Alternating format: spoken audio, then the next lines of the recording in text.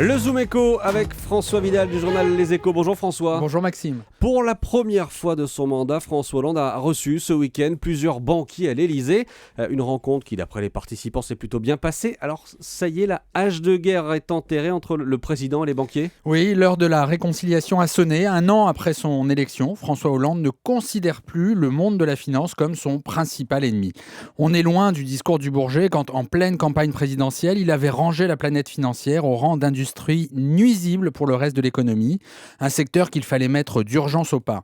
Depuis vendredi, on sait que ce temps est passé et qu'aux yeux du président, les banquiers sont désormais des alliés qu'il faut ménager. Pourquoi ce changement de ton ? Eh bien, pour 2 raisons. D'abord parce que, vu de l'Elysée, les banques sont devenues fréquentables. Une nouvelle loi vient d'être votée. Elle permet d'isoler les activités bancaires les plus spéculatives. Et tant pis si ce texte n'a qu'une portée négligeable, le symbole politique, lui, est bien là. Mais surtout, François Hollande joue l'entente cordiale avec les banquiers. S'il joue cette entente cordiale, c'est qu'il a besoin d'eux. L'élection est gagnée, plus besoin de stigmatiser les forces de l'argent pour conquérir les voix de la gauche.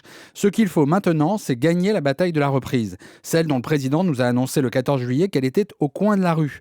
On peut estimer que l'optimisme présidentiel est sans fondement.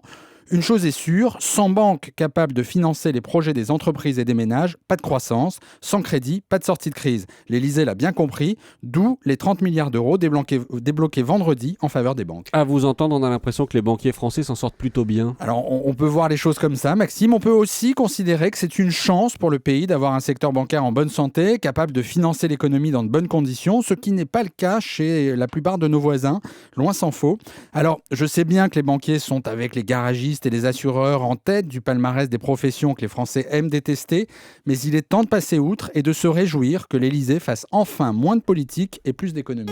Le chiffre du jour, 33 107. C'est le nombre d'emplois d'avenir signés au 30 juin. Or, pour inverser la courbe du chômage à la fin de l'année, le gouvernement mise sur la signature de 100 000 de ces contrats en 2013.